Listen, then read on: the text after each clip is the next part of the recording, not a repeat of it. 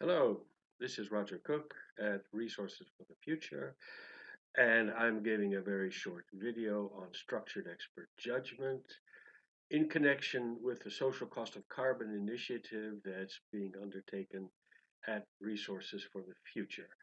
So, before jumping in, let me just give you some screenshots from this website where you can find all sorts of lovely information on expert judgment and other topics. In particular, there's a link to a Wikipedia page where the basic notions are explained and relevant literature is cited. And you can also download some literature here, and you can download the software and also the case studies that I'm going to be reviewing very briefly in the next couple of slides. So, structured expert judgment. Nobody likes it. Nobody does it because we like it. We do it because we don't have anything else. So, if the data are sparse, ambiguous, incomplete, when we have proxies for the things we really want, but how do the proxies relate, and all that sort of stuff, and or if we have models but the models are not really validated, they're rather contentious, the experts have schooled into various schools of thought, and we do not have a clear picture from the experts community in this situation. How you combine this information is a problem that each expert is going to figure out for himself, and they're going to be different, and they're going to appreciate the sources in different ways. So in that situation, expert judgment may be the best thing we've got, and you can imagine that that's certainly the case for many policy relevant questions that we are facing today, and it's been the case for some time. So in fact, since about 1975, there have been efforts to develop tools for using structured expert judgment as scientific data in quantitative studies. So you can read all about that on the website that I just showed you. So the best way to understand expert judgment, in my opinion, is just to look at the data. Now, in every structured expert judgment application, we ask experts to quantify their uncertainty on variables of interest and also on calibration variables from their field to which we know the true values after the fact. And so here you see 6 studies ranging from a recent study on ice sheets, a study on fine particulates, on foodborne illnesses, IQ and earnings, Asian carp invasion, GDP, and oil. I just grabbed 6 of them. Do expert judgment and see the world, I would say.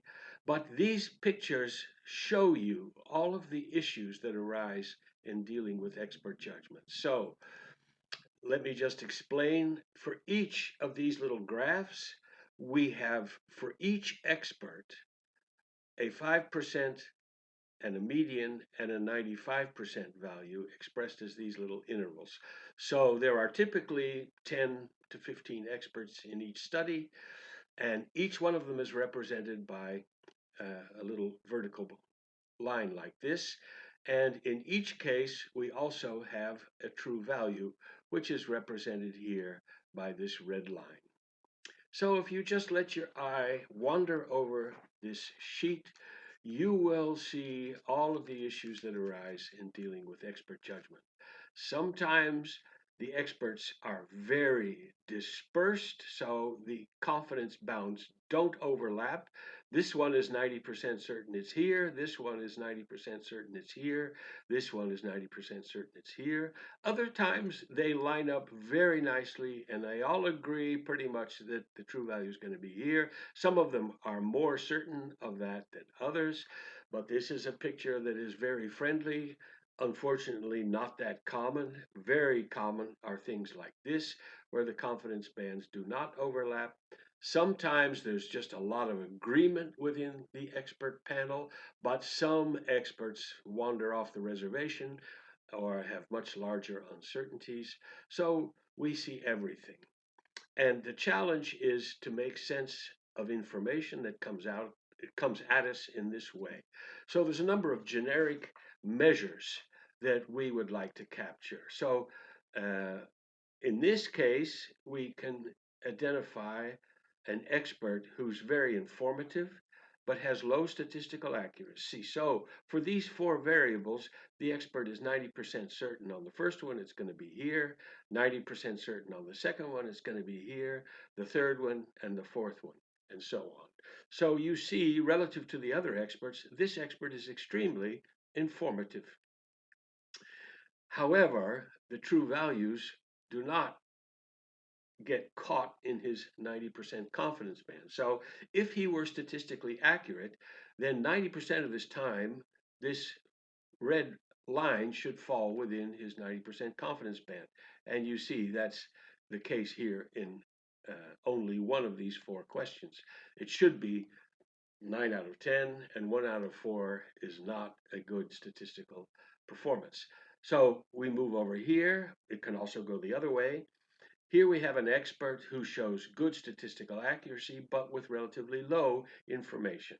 So you see in these four values, the expert catches the true value with an appropriate frequency, but his bands tend to be rather large relative to the others. Well, what we would really like, obviously, is high information and high statistical accuracy.